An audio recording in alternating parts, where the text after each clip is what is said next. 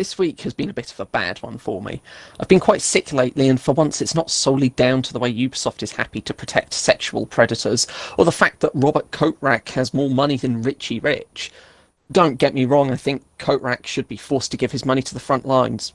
What? Wait, why am I telling you this now? Flail out the theremin.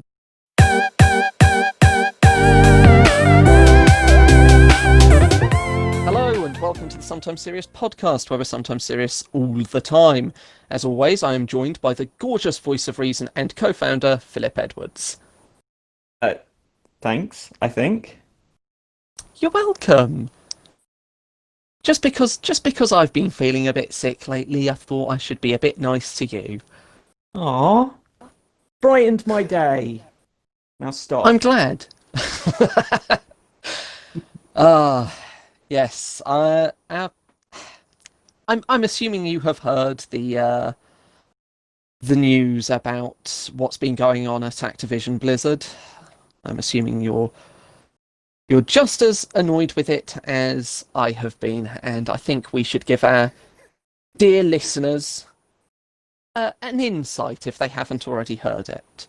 So, lately, the thing that's been happening is a bunch of Activision Blizzard employees have been anonymously leaking spreadsheets of the salary data, and they are very much letting people know that they are not happy about the wage disparities in the company. Yeah. Which, let's face it, that's fair enough.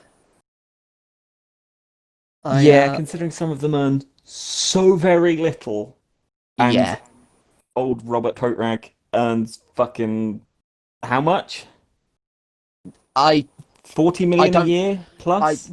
I was going to say I don't even want to know the number because I think I might actually just be forced to throw up at that point. I'm confident it's very high.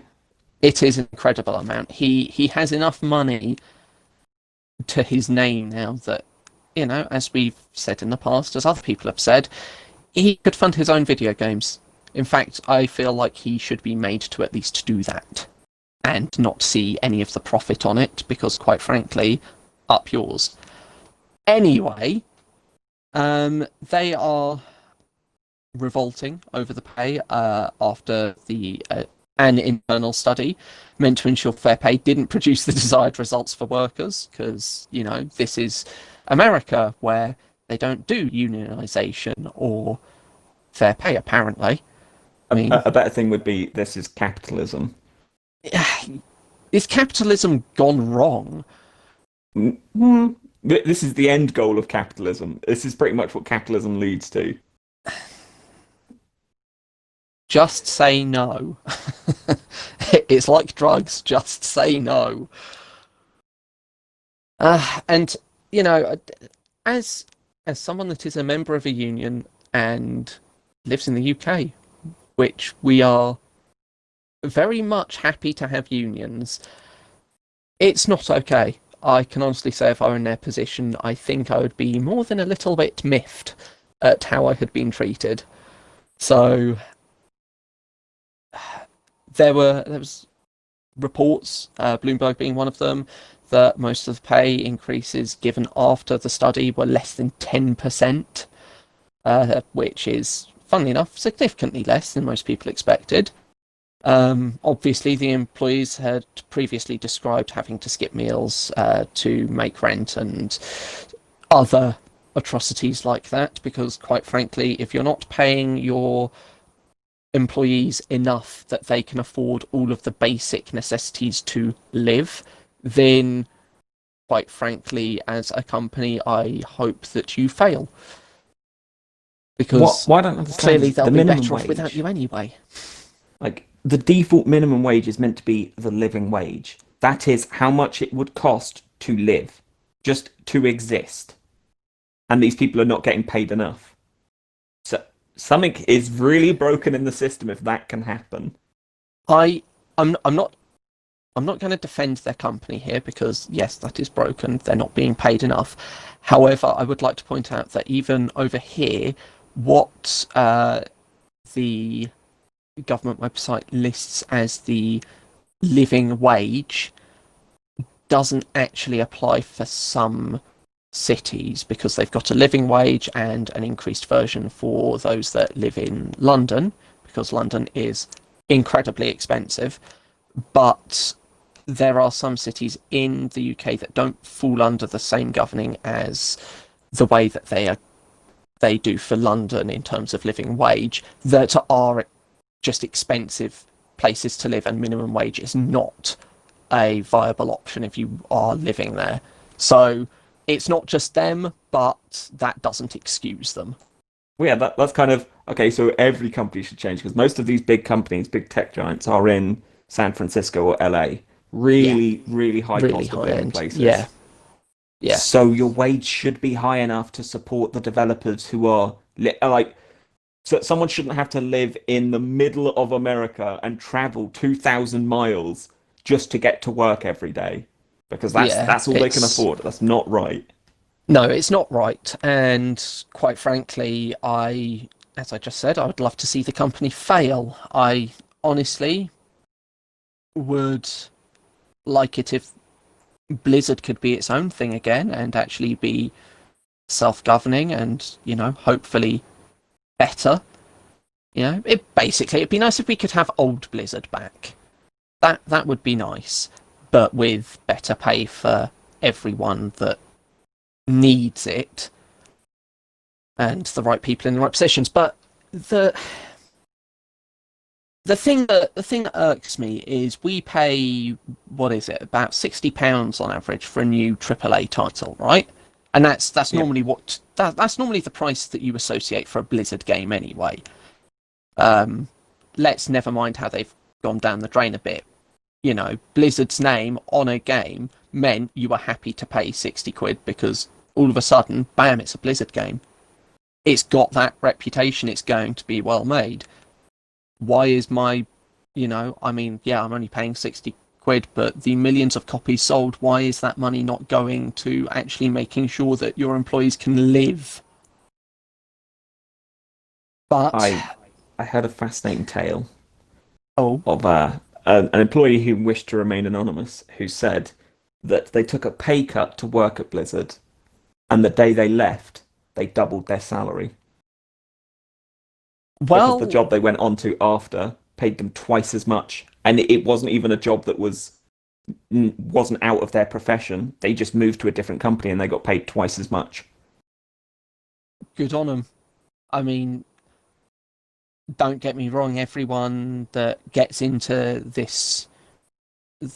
into that profession, everyone that goes to be a games artist, designer, programmer, whatever, any part of the process for making a video game, you do it because you want to, you have a love for it, but the fact that you are not rewarded for the amount of blood, sweat, and tears you shed for them is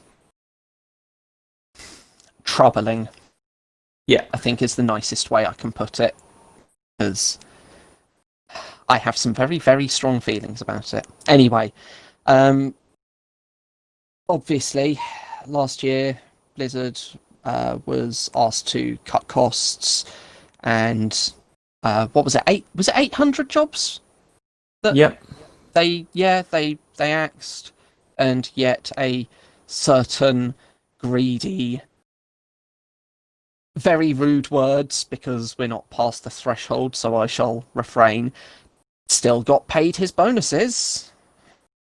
And I feel like someone should be fired at this point, and not those 800 people that did get let go. Um, it was on top of a record year as well. They had made more money than they had ever made before, and then they said, "Oh, yeah, it's not economically viable for us to keep these people around, so we're going to be sacking 800 people." Excuse me? yeah. My jaw physically dropped when I read that. But yeah. So this certain coat rack and his salary and compensation, um, was actually added to the spreadsheet to contrast everyone else's salaries. Funnily enough, it's a great way to do it. Let's just go ahead and take the highest paid part of this company and show just why they shouldn't be getting that much because everyone else can't eat. Um, and so he is one of the highest paid executives in the entertainment media industry, which, is absolutely shocking. And his compensation last year topped 30 million, which, let's face it, I think with 30 million, both you and I could happily go and do a fair few startups and probably succeed in one of them as well. So, if you're frugal with 30 million, you can live on that for the rest of your days. You don't need anything else. I think It, I could. it's I think I could ridiculous. splurge with 30 million and still live comfortably for the rest of my life. Yeah, it's such a large sum of money that most people just can't even comprehend how large a sum of money that is. Yeah, everyone, and we've had these hypothetical discussions, but everyone has that hypothetical that they've built up in their head where it's like, oh, if I won this amount of money or if I had this amount of money, I'd do X, Y, and Z with it, and then I'd be all right. I'd set myself up, set my kids up or what have you. Everyone does that, but no one is actually prepared to know just how much that is. Yep. Like you can go, hey, if I had hundreds of millions, and you can joke about it, but if you ever actually finally came into hundreds of millions, you'd be so choked over it, and not choked as in like I'm tearing up. You'd be like, I can't. It doesn't process it. It just is incomprehensible until, hey, guess what? It's happened. The weird thing about Korak's like net worth, it's so huge that he could purchase a nuclear submarine, like a full-blown military nuclear submarine. He could purchase one and it wouldn't even scratch the sides of his net worth. What? He Wouldn't could even come purchase one of close. our Trident defences, could he? Exactly. He could purchase an entire Trident submarine because that only comes out to around 300, 400 million. He's a billionaire. Yeah. He is a multi-billionaire. He could purchase an entire Trident sub, fully equipped, fully stocked, and it wouldn't scratch the sides. And he'd still be set for the next 6 lifetimes. Oh, How is that not too much money? it's it is far too much money. And what's even better is a spokesperson for Activision Blizzard said to Bloomberg in an interview, our goal has always been to ensure we compensate our employees fairly and competitively. Wait for it. We're constantly reviewing compensation philosophies to better recognise the talent of our highest performers and keep us competitive in the industry, all with the aim of rewarding and investing more in top employees. So, for those of you that can't read past the BS that was just spouted, what they said is, yeah, we don't care. We're just going to carry on paying the people in the highest position just as much money because, quite frankly, we like them. That's also really, really insidious. Because what Yep. that implied is, oh, the people that go out and grind and work 150-hour weeks, who do nothing but live in the office and work. Yeah, we give them pay rises because they're the best employees. Stop. I it it makes me a mix of sad and angry, sangry, if you will. Just Or add. having, yeah, I was trying not to, but thanks. Um, to know that I have played Diablo 3, which is in the community objectively the worst Diablo game. I have played a lot of that. I like it. I like my isometric looters and stuff like that. And I have played a lot of that. And if I could go back in time and tell myself, don't buy it because of the way they actually are conducted, because of the company that owns them, and the entire pay disparity, I would. If I could find a way to basically go back and tell myself not to support them, I would. I mean, the argument is that I could go back in time and actually make them support their team better, but that's a gargantuan task that would never come to fruition anyway. Kill baby Hitler. Yeah, let's not get into that one. So, I think to round off this little bit, I'm safe in saying, fuck Activision. But sure. I just wanted to interject real quick. Go on. A mix of sad and angry. Sangrad. Continue. So our next bit is it's something that I came across, an interview between Sangrad. elite game developers and the co-founder and CEO of Hutch, Sean Rutland, discussing his motivations for starting his own studio, and the fact that he said that he was disappointed by the crunch on Fable, and also said that there were a lot of challenges with people's health. Now, Fable is... I've always enjoyed the Fable games. I'm only recently going back and playing the first one, and it's always dangerous when you go back and play the earlier games because you're not going to appreciate them as much as if you played them when they were new. I'm right in thinking you're also a Halo fan, aren't you, Philip? Yep. Yeah. So, we were happy to see that announcement that there was a new Fable game. They were working on a new Fable. And then to find this to do with Lionhead, I knew they had their issues. I hadn't looked into them before as much as I could have and perhaps should have. But back then that wasn't my sort of mindset. So the team on the original Fable trilogy experienced really bad crunch under Lionhead Studios management.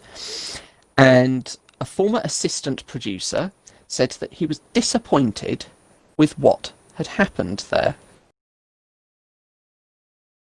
So in an interview with elite game developers, Sean Rutland, discussing his motivations for starting his own studio, said, "I got into Lionhead Studios as an assistant producer, and that was like my dream job, working to Peter Molyneux, working on Fable. It was like, wow, this is very exciting.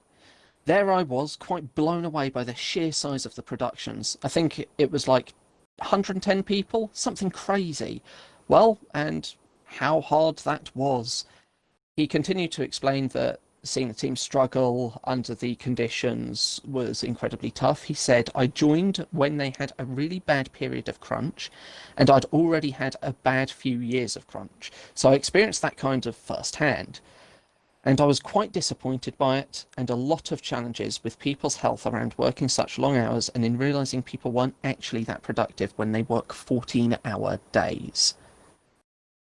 And yeah, that's kind of basic knowledge. You don't need to do research into that.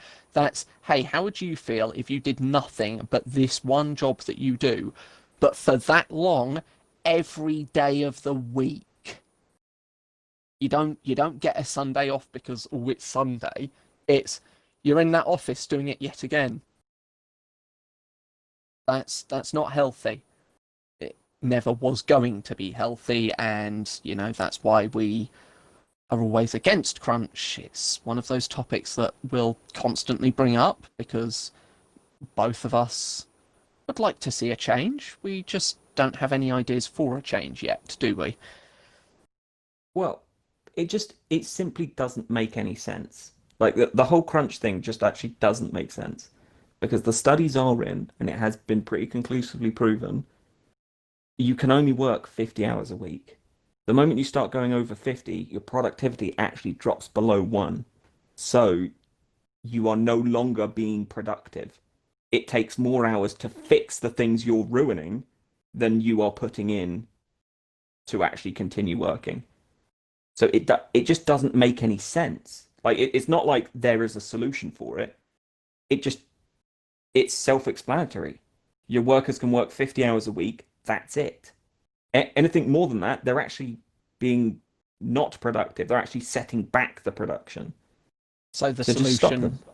solution basically to get rid of crunch is maybe hire more people. Or just Actually share the workload. Because stop them because like okay, these teams make these like so let's say there were 110 people who made it. yep, Okay, they would have made team it of just as 110. fast if you only limited them to 50 hours a week. If at 50 you went, you can't work any more this week, they would have made it just as fast. Because Okay, every hour but they worked over is actually negative. looking at it in terms of numbers, yes, I'm going to play devil's advocate here. I would like to say I wholeheartedly agree, but just to play devil's advocate, looking at it in numbers, yes. However, you have to accept the fact that there are going to be some people that can do slightly more than 50 hours. You know, maybe they can do 60, and in after 60, that's their negative, because obviously everyone's different. And that's what they're counting on. And they're counting on people being able to do that, which isn't healthy. However, there was still work done in those hours that they were crunching for. Yeah. But because the productivity rating drops below one, let's say someone works for we're going to use 50, that's the limit because that's the limit. Yep. Let's say someone works for 5 hours. It then takes 6 hours to fix what they did. So you've actually lost an hour. You haven't gained five, you've lost one. Because it takes 6 hours to redo and refix what the person who went over their 50 did do. But that's It just working on doesn't the make assumption. sense. That's working on the assumption that what they did needed fixing. Well, no, that's what the study showed. After 50 Yeah, hours, your productivity does drop below one. but So you do again, actually, you lose productivity. there is a very individual basis for it. You know, Well, what I obviously, could, each person is what's the, different. yeah, because what I could do in, say, 50 hours, you know, the amount that I could do in 50 hours, and I might not be productive afterwards, you might be able to go, hey, I've done the same amount in 50 hours. I've got another good 10 hours in me. I can do a bit more, you know, and it could still come out stellar. And that's what they're banking on. That's what they expect. But let's say that number is 1 in 100 of the abnormal people who can, and it's Oh, far yeah. less than that. Yeah, That's still one don't get person me out of your wrong. 100-man team that you're then banking on their 10 extra hours or their 20 extra hours, And fixing all of the messes that yeah, everyone else has made because they worked over their 50. yep. You just lose But production. but the other one is, would the production time actually take longer? Because of how much is actually involved with it. Because, okay, yes, numerically you lose production. However, they might have made the start of something without making it bad on another aspect of the game for someone else to pick up later. That might have actually helped push the game further in terms of getting it out the door quicker. But So, that's the thing that the studies did just categorically show. It's like I know the devil's advocate and it's up for debate. It's not. It did show categorically over the 50-hour limit, your average worker, the productivity does drop below one. So it makes no sense. There's no like wiggle around it. Over 50 hours drops below one, so you're actually not doing any good. You're doing harm. I'm see, pretty sure both me and you have been in a position for this show where I've been up super late and I've been writing. Like I'll be writing a show idea and I'll be going through it. It'll be super late. I know I shouldn't, but let's just get it done. Great. I'll spend 2 hours at fucking 3 o'clock in the morning. I'm just still writing. Excellent. Cool. Yeah. Great. And then the next day I come and look at it and go, that's all trash. That is all of it trash, and I have to delete all of it, and then I spend 2 extra hours then redoing it all. So I could have just got 2 hours sleep. And in my experience, it's me going, well, that was a terrible decision right there. Guess I'm going to have to Control Z everything. See, that's the thing. The productivity. There is a definitive point where the productivity drops below 1, and now Like, you're actually losing man hours. You're not gaining any. You are losing them. like I said, I wholeheartedly agree. We've actually had this discussion before. I think it was actually before we started the Sometimes Serious show. I think it was. Um, we've had this discussion, and I'd like to say for the record, for the what I'm about to say, my boss is an absolute champ for the amount of effort that he puts in, but I do have to constantly tell him to not kill himself over the job. I get it. He is his own company, and he feels he needs to put that much effort in. But when I suddenly see that he's been working over 100 hours in a week, I kind of feel I have to remind him that sleep, food, and drink are not always things that should be done in the staff room. You know, maybe go home, have a bit of a rest. That's what workers are for. We're we're here to work. We're not here to kill ourselves for it. So, you know, don't expect to do that yourself. Don't go out there and kill yourself for the job, please. It's also the trap he's got himself in of how many extra hours he puts in that are then negative hours. That the next day he then has to spend extra time fixing what he fucked up. Or the person on the next shift. Yeah, and then it carries on to the next day Yeah, and the next day. Just yeah, cut those bad hours off. Done. yeah. Done. But carrying on with this, um, so Lionhead Studios, as we know, and hopefully you, the listeners, also know, kind of had a bit of a battle, didn't they, with Microsoft? They had a bit of an argument. Lionhead Studios happened to decide to not anymore. And after the quote unquote difficult development of Fable 2, and that's when Microsoft picked them up. Um, so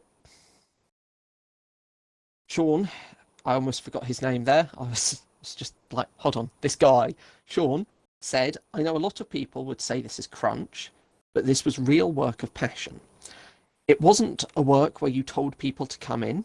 We really felt we were making something that never existed before. Everybody was totally up for it. And that was also said by Peter Molyneux in an interview back in 2016. Peter Molyneux also said, I don't think many of the team who were there would look back and regret the amount of hours they spent on it. It just felt like we were making something that never existed before, and that was a fantastic thing. However, you can actually read into that as, yeah, they went into work and they made it seem like it was a work of passion. I can almost guarantee that there was something behind the scenes where it was, if I don't turn up to work, if I don't put in these extra hours, I'm a goner.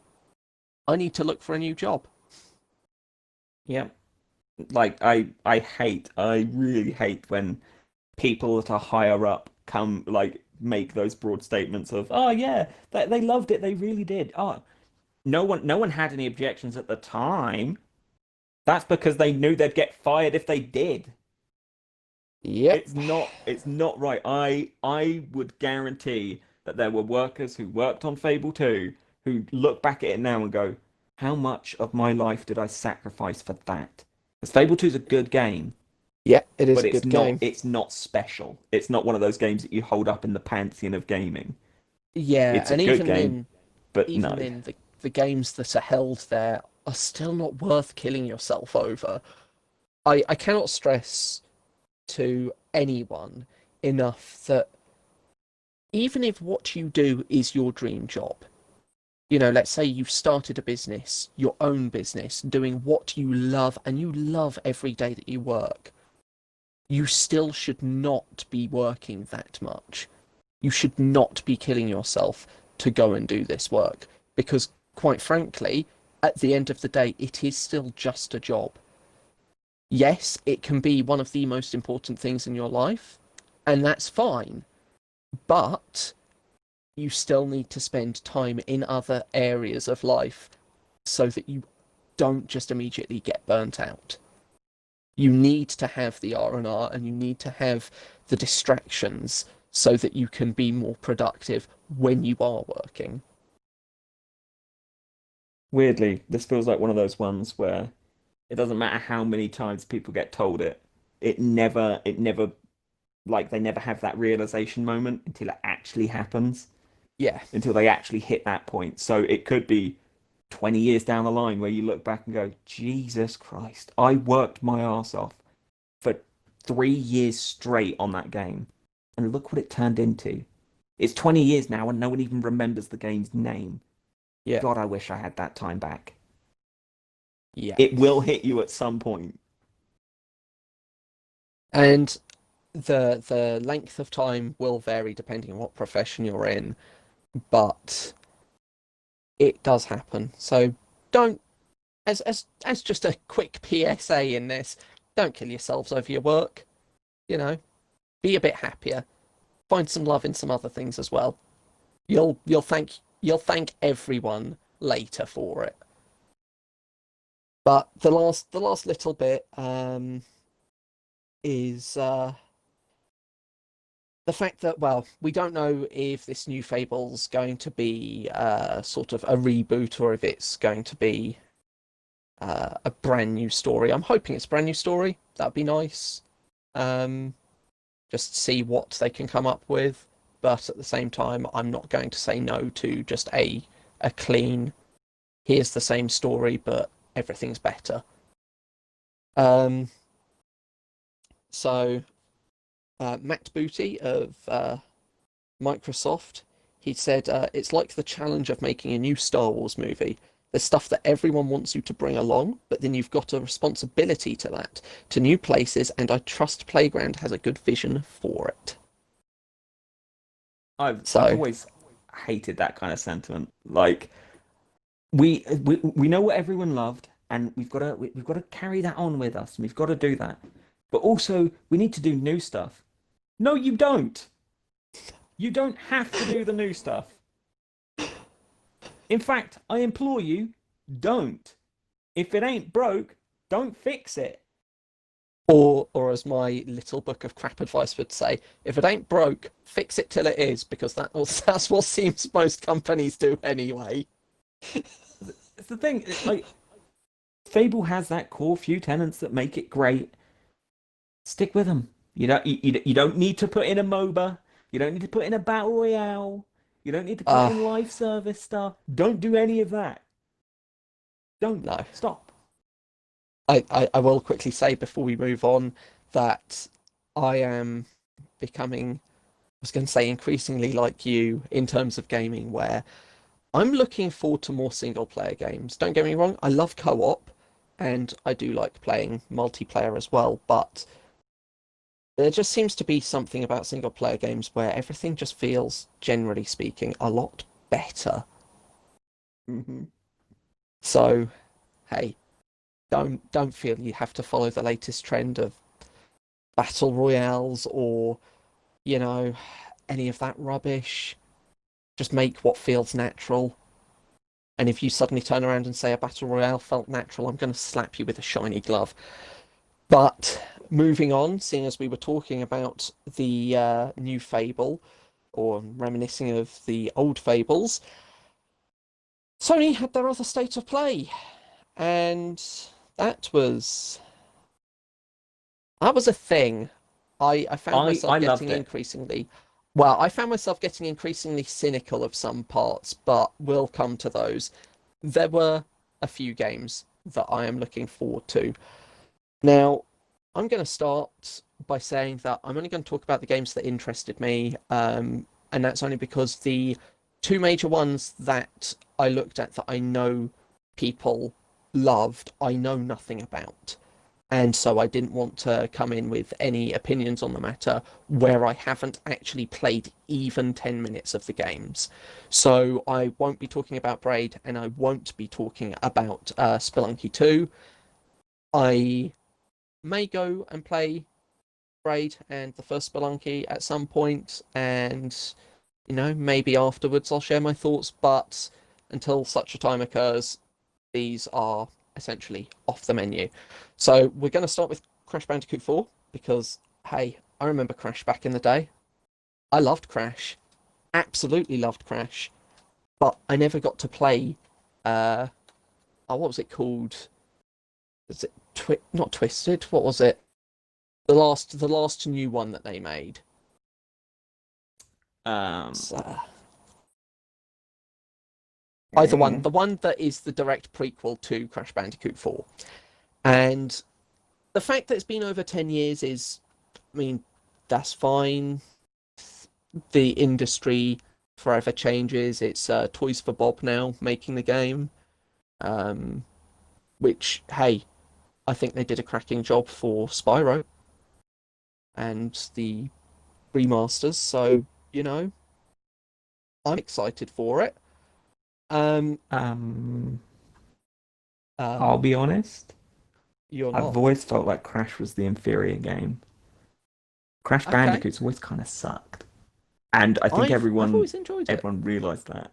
Like when people went back and played the remaster they did, there weren't a lot of really glowing reviews. It existed, and people were like, "Cool," but it was not well reviewed because Crash is always kind of handled like trash. And but because Toys for Bob did an amazing job of just remastering them, it still played like trash. And Well, it was all just kind of, oh great. they're making this one, and it does look cleaner. So I Looks very hope pretty. it does. I I'm not just talking about visuals, but hey, I've always liked Crash Bandicoot. I am happy to say that. I have no shame in that. The one thing that did immediately set the sort of trigger me, as it were, was the fact that they had to make a statement of saying the costumes are not microtransactions. I get why they've said it. Loads of games like to do that. Hey, you want this? It's a microtransaction item. Or, hey, you're going to need that special currency to use in the special store to get this item. So I get why they've said it, but at the same time, you shouldn't need to. You shouldn't need to go, hey, this is a selling point for the game, no microtransactions. Stop. I'm glad that they can be earned by completing challenges and collecting the gems and the levels, all of that. I'm, however, unsure about the four, I'm calling them utility masks, because that's all they really are. And three of them we got to see what they do. The not shapeshift, the sort of realm shift for the objects that you can stand on or fall through. The slow down time, and what was the other one? Invert gravity. That's it, invert gravity. Thank you. Yeah, I. All right, it adds another layer. So I'll look forward to it. I know how bad I am. Sometimes my thumbs don't like to do what I want them to do. So I can almost guarantee that when I play this game, I'm going to swear at it a lot. And it's all going to be my fault, but hey, being the true gamer, TM that I am, I will blame the game because that's what we do. Of course. I am in two minds. I like about this. I like how every level can be played as Coco is her name. Yep. I like that, but the way they marketed it did kind of make it sound like a bit of a backhanded afterthought rather than a deliberate decision, if that makes sense. It felt more like they were saying it to try and seem inclusive of everybody instead of actually just doing it. I really hope she is included more in the story and she's more of a central role and So it Oh makes yeah, sense for her to be there. yeah.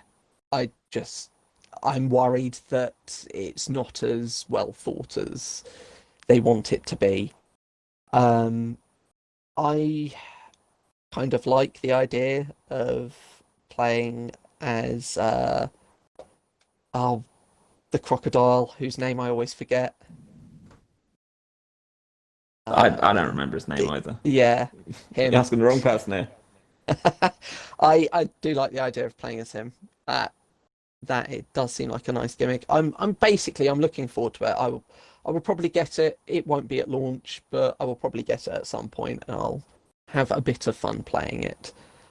Um, However, unless you've got anything to add to that, I'm going to move on to the next game, which I am No. incredibly enthusiastic about, and it's The Pathless. I love the look of it. Absolutely love the look of it.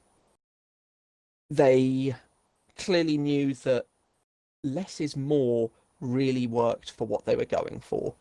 They didn't need to add absolute tons of detail because it seems quite minimalist and that works for the style they were going for. So I like it. And I love its archery gameplay. Of course, I love it.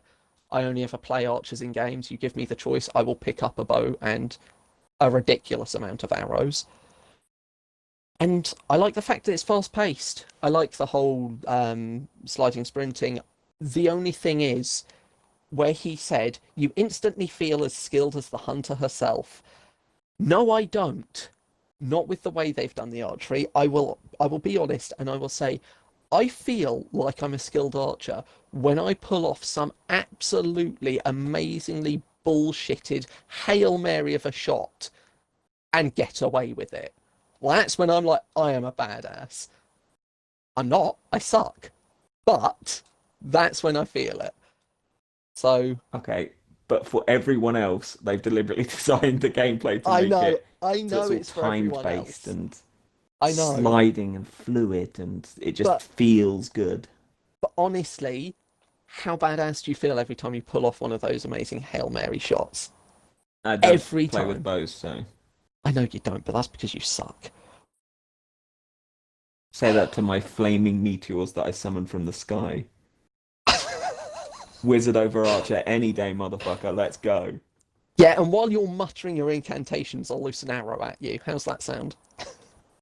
We're Magic getting shield. we're getting off topic. I like the incorporation of the eagle. I I am glad to see it, but I can instantly tell that I am going to spend a lot of that time having to flap around in the air going, what have I missed? What have I missed?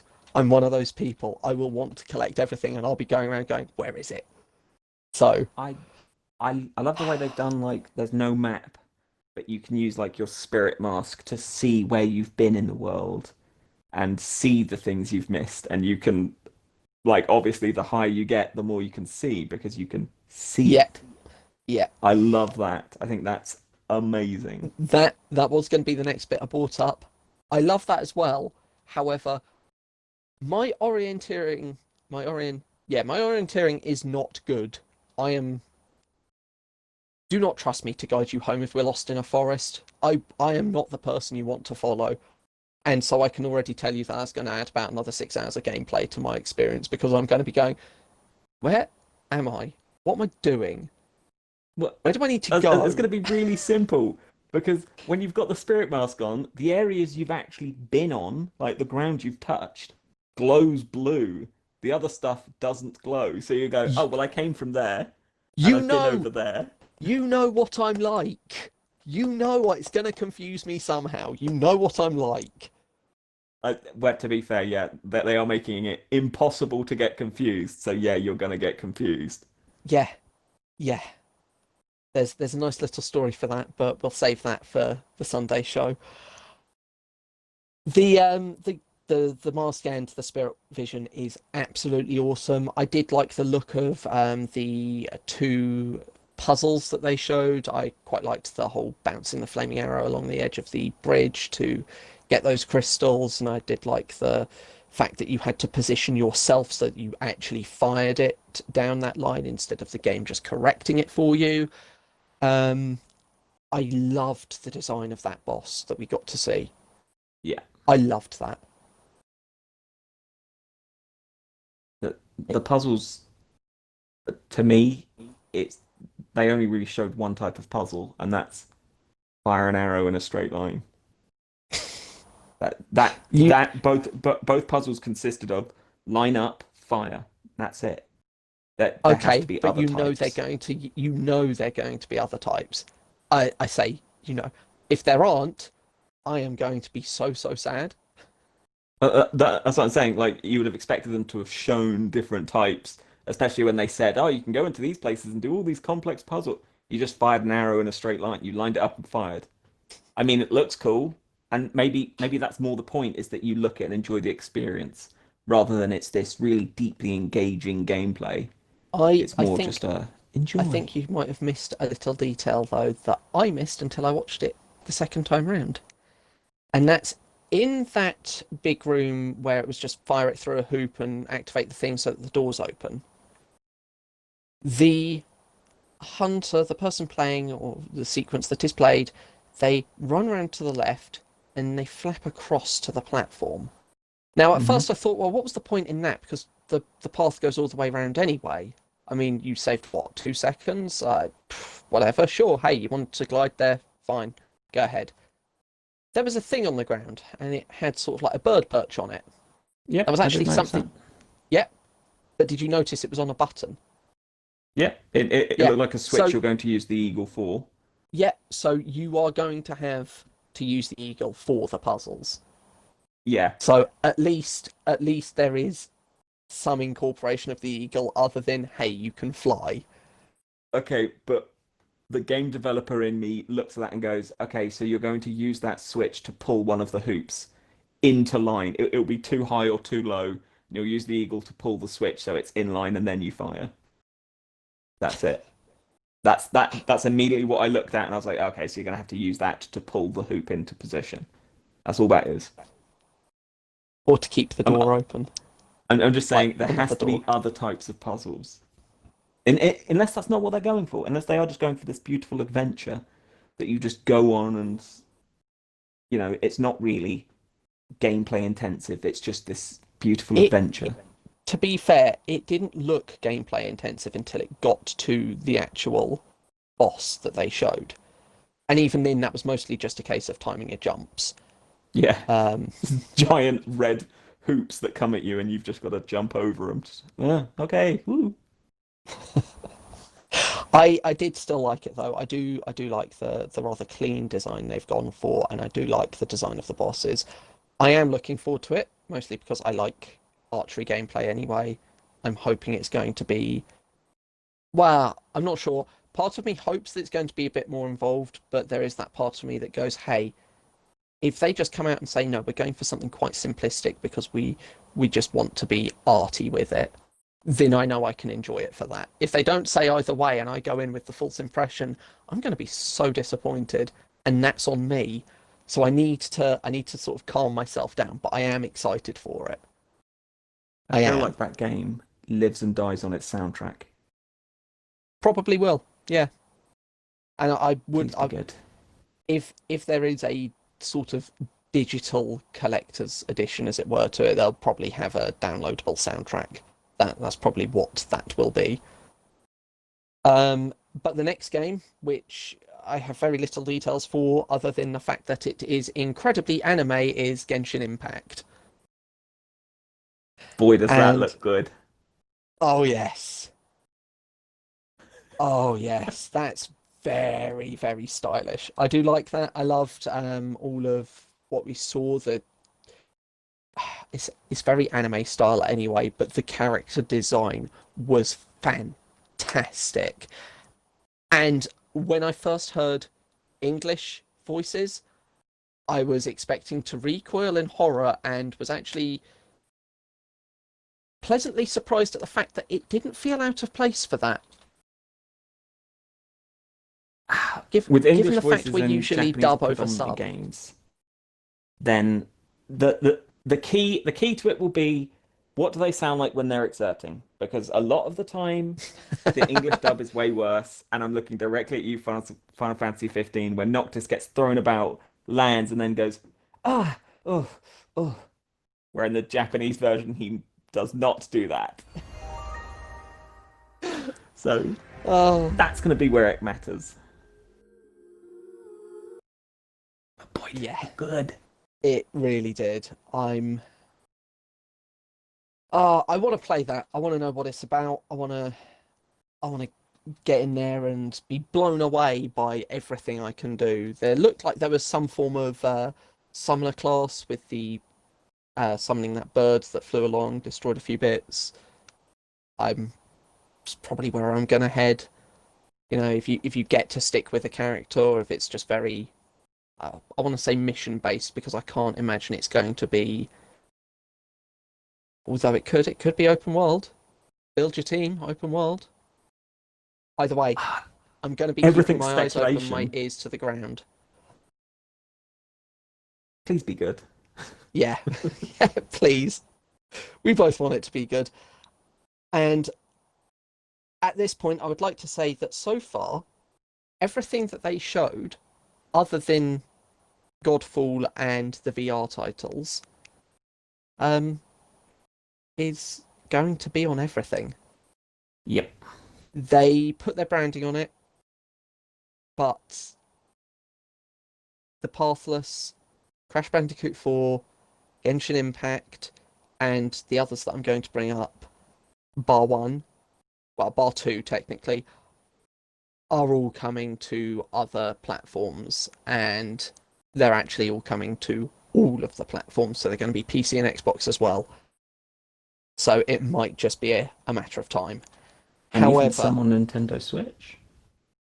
oh yes, yes, Switch as well. But I mean, let's face it, we're mainly Xbox guys, so that's the one that we are personally looking for. Now, the next one, Aeon Must Die. I think you were looking forward to that one, weren't you? The style of it looks amazing. Like that, the style that they've gone for, I am 100% in. But the few bits of what appeared to be gameplay look like trash. Yeah, I did like the style. I saw the gameplay and knew it wouldn't be your bag. You don't do fighting games. Um, However, because there was no overlay for it, they literally slapped it in what felt like a recording or screenshot mode to just show it to you. Means that I'm not excited for it, but I'm not against it because I don't know if it's going to be anything like your usual fighters like I don't know, Tekken, BlazBlue, Mortal I really Kombat, hope stuff it's like not. that. Yeah, I hope it's not as well because I think that would just be a massive waste. I know you hope it's not because you don't play those games, but Exactly. I can't help but feeling it probably is. Um, if Oh, do it we? is if it is a fighting game though, I hope it's a good one and not one that just sort of artificially makes things difficult. You know, for the sake of, hey, you got to beat this guy now, and guess what? Instead of, you know, having standard health pool, he's got like 400 million, and instead of doing like 10 damage, you're doing point 0.1. Ooh, yeah, I'm. If it's challenging, I like it. If it's artificially increased difficulty, I don't care for it. I don't want it. So I'll keep my eyes out. I'll keep my ears to the ground. But It looks it looks good. good. Now make a Yeah. good game. Yeah. Yeah. I'm glad we said that at the same time. The next one that I wanted to bring up, not because it's something I'm interested in, it's just because this irks me, and it's Vader Immortal. And when I first watched it, I actually missed some of the dialogue in it. And I was thinking, hold on, are you meant to be playing some sort of like Vader, but secretly you were trained somewhere else? And no, you're actually playing as someone else. You're not playing Hmm. as Vader. Um, but my issue with it is no game has ever done Vader any justice for just how powerful he is. And so, which you probably will, if you end up fighting him, I expect I expect it to be a an experience. Let's put it that way.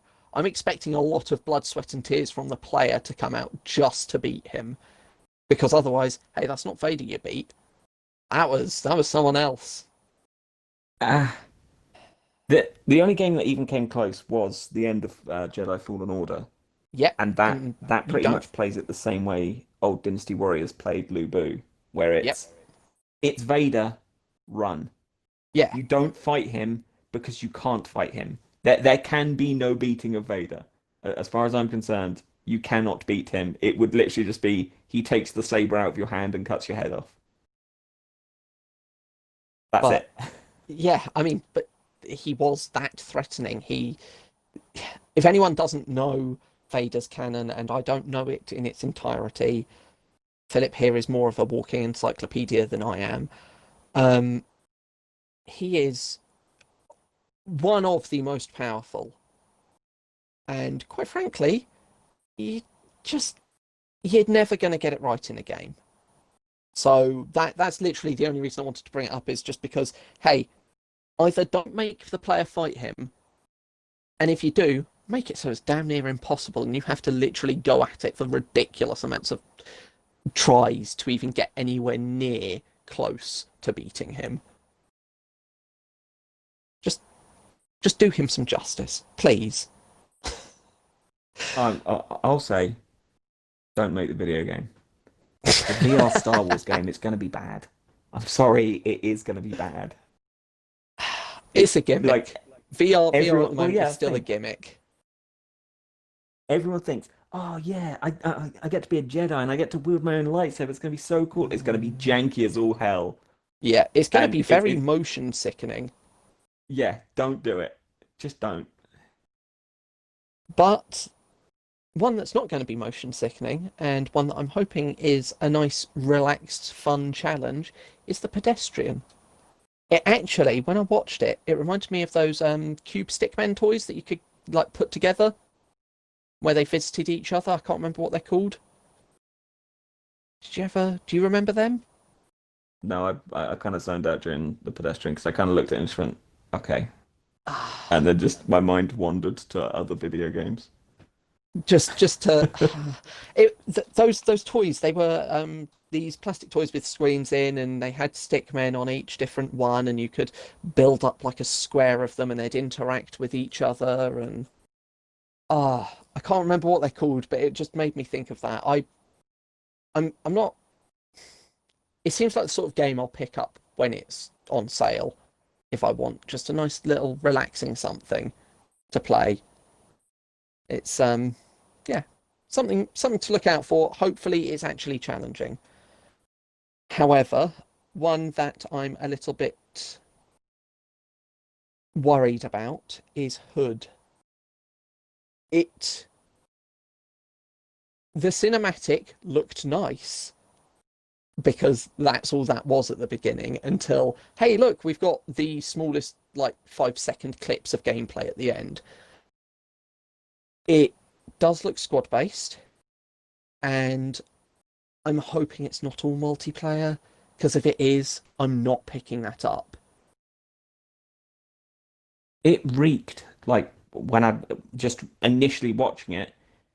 It reeked of Hunt the Showdown or whatever it's called. You, Yeah, I know the one you're on about. Yeah, I've not yeah, actually gone to try any of that at all. don't because it's very not good. It's incredibly niche for a reason, and it reeked of that. It reeked of you're going to be doing these objectives and you're going to be attempting to go and do these objectives, but there are other squads out on the map who also have these objectives and can hunt and kill you. Stop, please. Yeah, This that isn't doesn't this sound isn't like a good. fun game. If It however, no. However, if there is a separation of single player and multiplayer, I am more than happy to play it for the single player. More than happy to. Well, yeah, it becomes like a co-op Thief. Yeah, Thief was great. Anyway, let's don't get me started on that one. So that's all I've got for that one. I am just worried that there isn't going to be a single player, so I'm going to have to keep my eyes out for that one. Now, for one that we're both looking forward to quite a bit, Tem is coming to consoles. Finally. Yeah, baby. I love Pokemon. I'm sure you do too. Hell yeah. And hey, what's better than Pokemon with friends? I want to actually play that. I'm looking forward to playing that with you or someone else. You know, I want to play it. I'm looking forward to it. I haven't managed to give Temtem a go as of yet. However, I do have a few friends that have been incredibly enthusiastically recommending it to me. So, Yeah, it was pretty universally agreed upon that it was yeah, Pokemon but better. yeah. And I'm damn, I'm just glad to see it coming to console. So, I'm looking forward to that one. That's next year as well, isn't it? same. That's Hell yeah, I think can't wait that's for the 1010. 2021. Yeah. Now, the last one. I've got a lot to say about this last one, and it's Godfall. At the moment, I will say that at the moment, this is a PlayStation exclusive. However, it might be just a timed exclusive, but there's no confirmation on that. So, for all intents and purposes, we're looking at this as just a PlayStation exclusive. Now, they said that you can play with two of your friends, and it'll be co-op, which, hey, that's nice. But is there going to be enough in the way of content for that? They were another one that decided that a massive selling point for their title was the fact that there are no microtransactions. Again, like it should be. We shouldn't be I'm also buying. gonna call bullshit on that. Hey, they've said it, and we can hold them to it. Even if they do change their minds, we can still go, wait, no.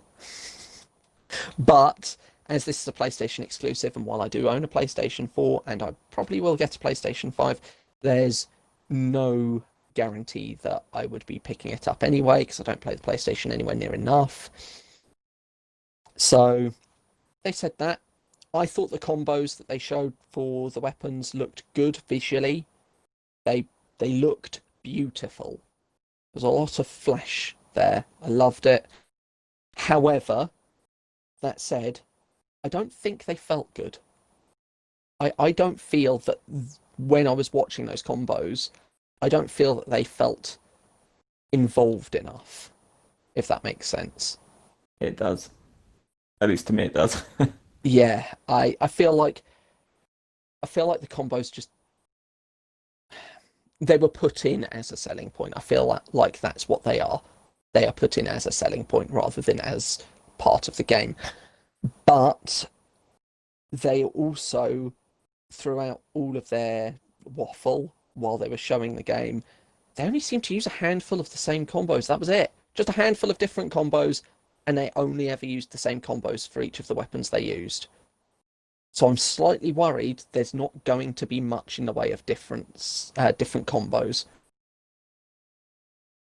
Um, Ah, I reckon there will be a set of light, a set of heavy, and then like that they showed the light with the heavy finisher, and then you have two or three actual combo powered that go onto a cooldown.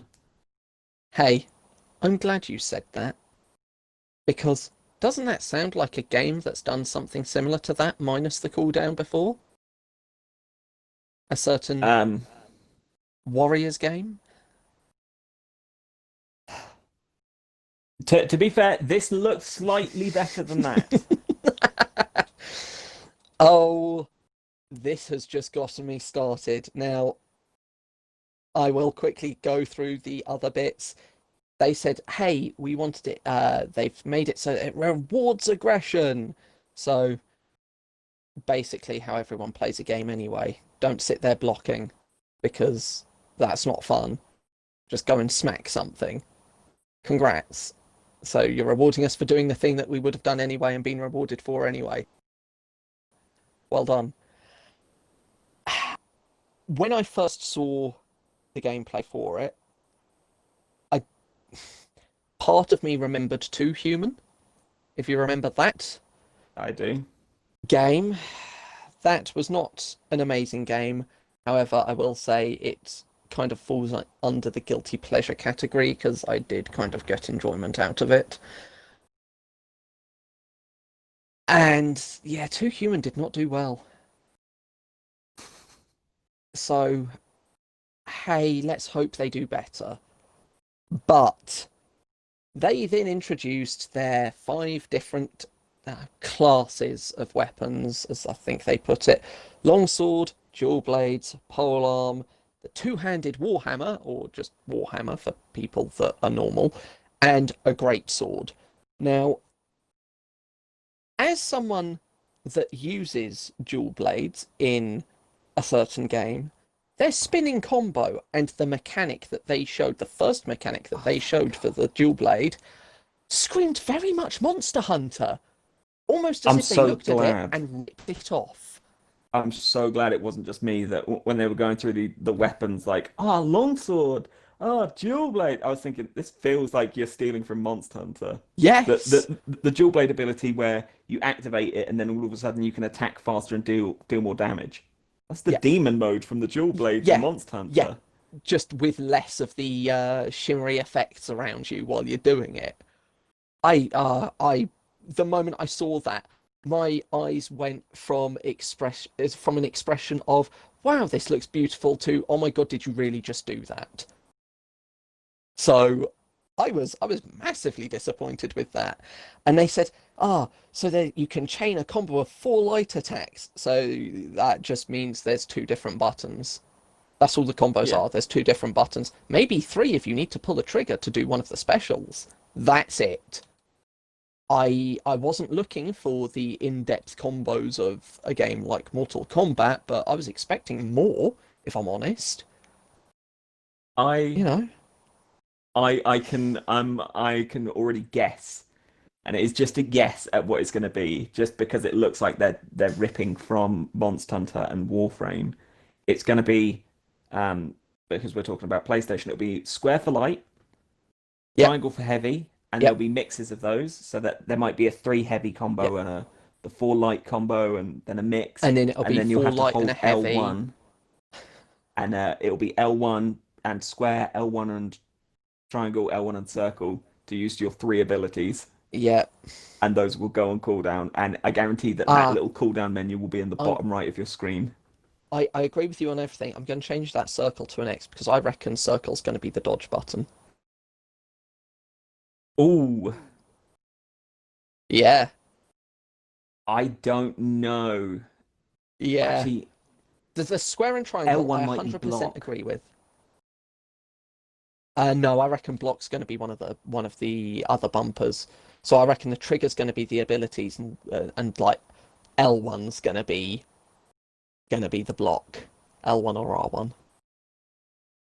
But that aside, it very much did scream of, "Hey, look, we've made a game. We want it to appear really in depth, but it's just very basic, just shallow crap."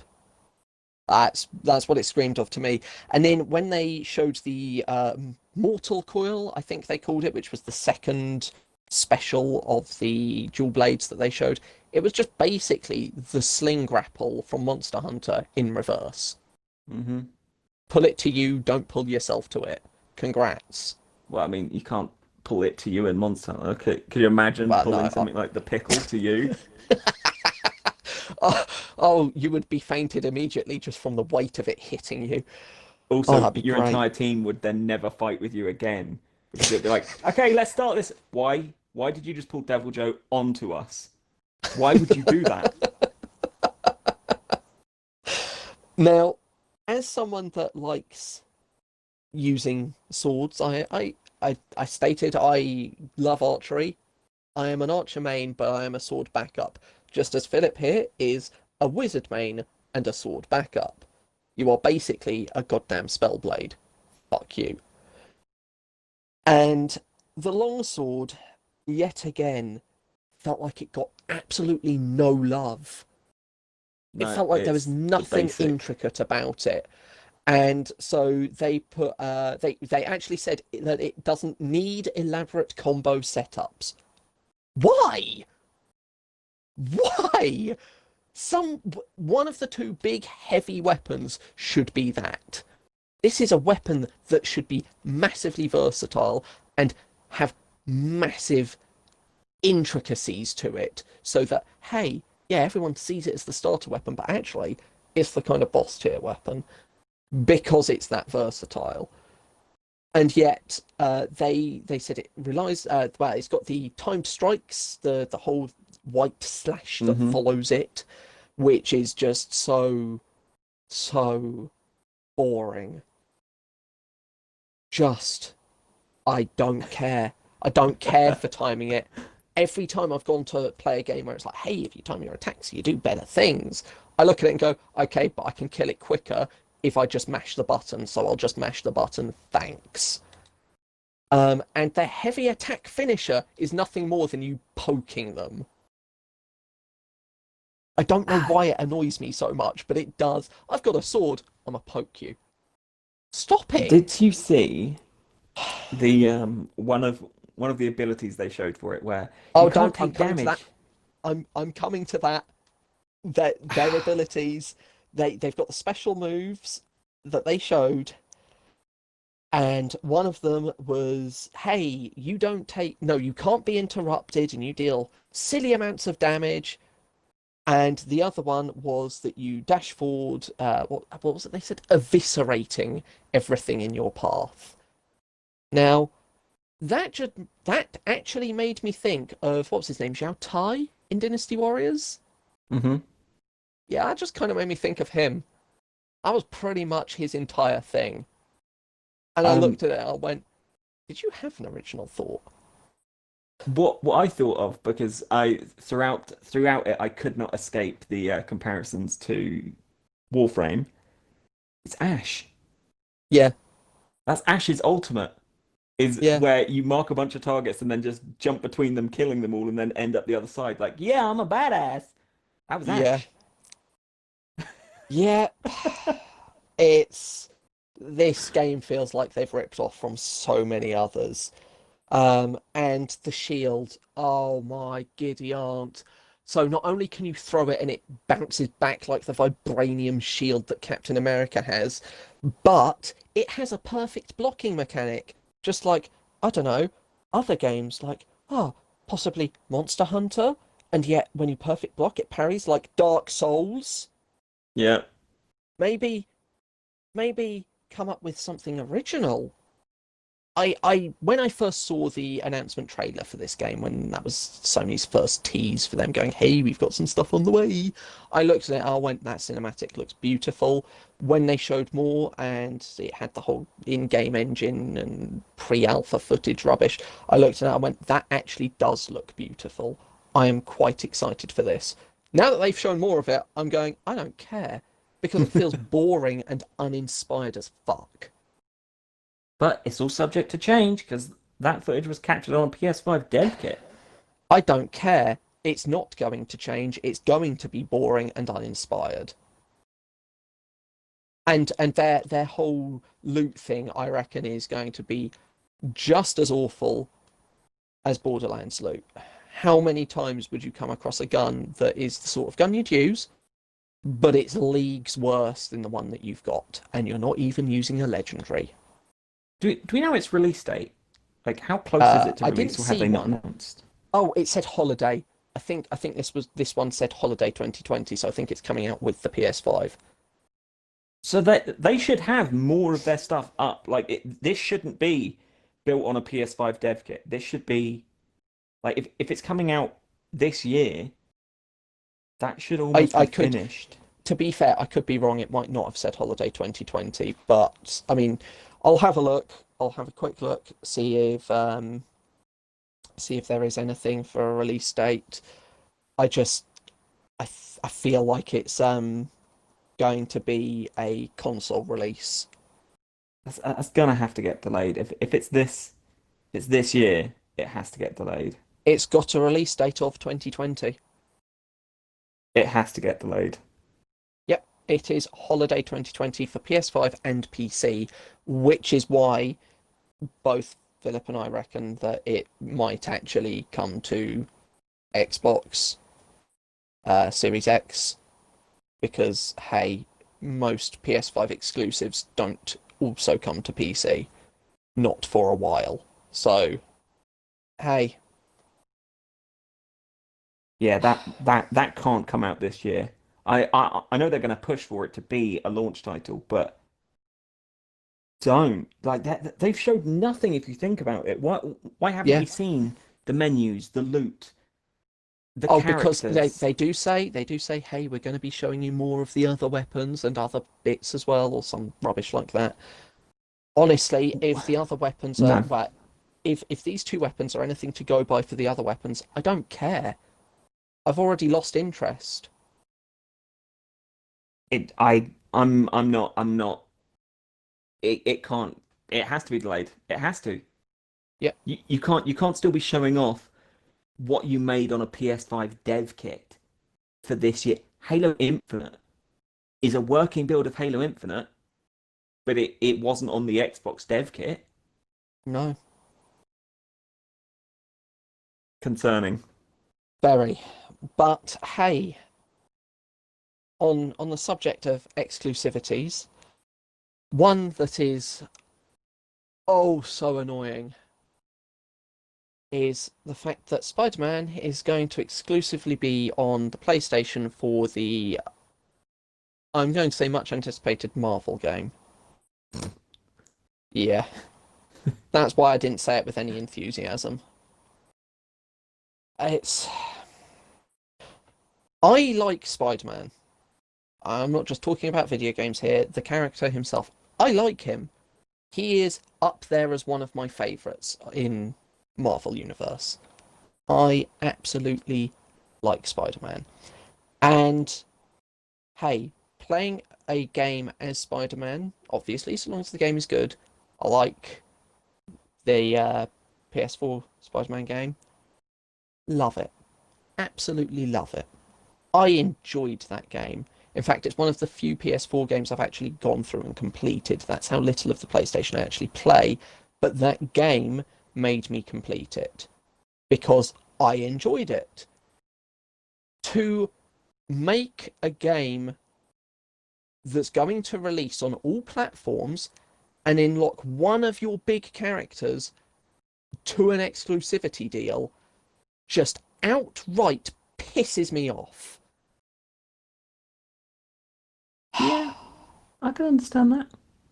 And I don't want to prattle on too long about this because I allowed extra time on other subjects because I knew that otherwise this entire podcast would just be me ranting about this. But this form of exclusivity is not good at all. There is no good aspect to it.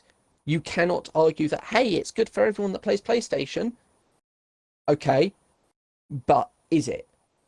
Because you've just screwed over everyone else. Okay, you think it's good for everyone that plays PlayStation, except everything else that they have said is going to be exclusive is only timed exclusive.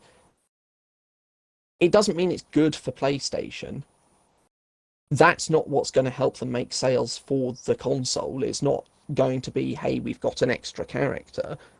It actually, as you said to me, Philip, it actually hurts the other communities that would play this game. Mm-hmm. You explained it to me as everyone else gets an incomplete version of that game, and I wholeheartedly agree. In fact, I agree to the extent that both my fiance and my brother-in-law, when I told them knee-jerk reaction, first response was, so you'd buy an incomplete game. Yeah, How is that good? because it If I'm boosts going to sales on PlayStation. tough, if you're going to sell it on another platform without that character, I expect you to sell it for a much lower price because I'm not paying for a complete game. Yeah, it doesn't make sense that players on all of the other like platforms pay for less. I Like can we're going to be paying the same price, but we get less because we're not on I PlayStation. I can guarantee that the files are there in the game for the other versions of the game. The files for Spider-Man are there, but they're not accessible in terms of the game, the way the game is read and everything, because it's not that version of the game. Meaning that I suppose technically you are buying a complete game, but you're not allowed to play all of it.